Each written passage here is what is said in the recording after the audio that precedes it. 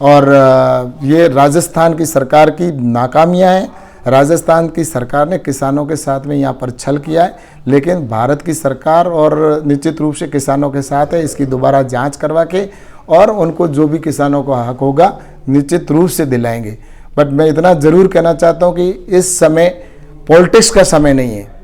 राजनीति के अंदर निश्चित रूप से जिस तरह से अपनी जिम्मेवारी से कांग्रेस के लोग भाग रहे हैं और जिस तरह से ये कर रहे हैं, तो मैं सोचता हूँ ये जनता को गुमराह कर रहे हैं। लेकिन मैं अभी भी कह रहा हूँ कि किसानों के किसी भी प्रकार का जो भी क्लेम है उसके लिए राज्य सरकार को बाध्य करना होगा तो करूँगा, क्योंकि जो हक है नियमानुसार वो निश्चित रूप से किसानों तक पैसा पहुँचेगा और इसमें कोई दोहराई नहीं है। बस मुझे इतना ही कहना था कि इस तरह से जो जिम्मेवारी से जो लोग भाग रहे हैं और जो राज्य सरकार की जिम्मेवारी है, ये जो फसल बीमा है, वो पूर्ण रूप से मैं पुनः कहना चाहता हूँ कि इसका विषय राज्य का है और फसल का बीमे का कंपनी जो करवाती है फसल बीमा, वो टेंडर भी राज्य सरकार करवाती है और इसका क्लेम कितना बनना चाहिए, कौन से व्यक्ति के खाते में कितना पैसा जाना चाहिए, ये राज्य सरकार निर्धारित करती है, राज्य सरकार ही देती है।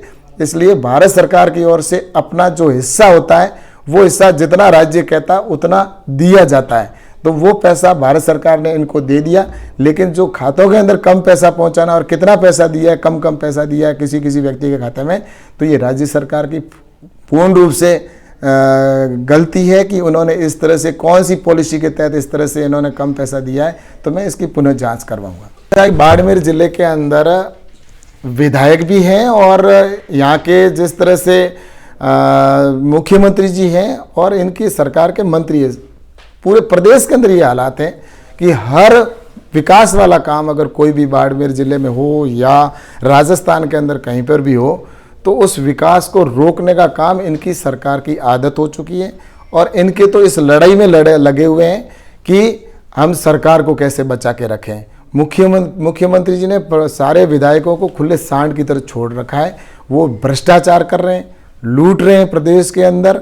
और ये जो भ्रष्टाचार के साथ साथ जिस तरह से बजरी माफियाओं के साथ मिले हुए हैं और यहाँ पर जिस तरह से शराब माफियाओं के साथ मिले हुए लोग हैं, तो इस तरह से उनको तो सिर्फ इनको लग रहा है कि चुनाव के समय तक जो भी करें, अशोक जी गहलोत तो अपनी सरकार को बचाने के लिए इनको किसी की ट्रांसफ़र करो, किसी को पैसा लेके लगाओ, कुछ भी करो।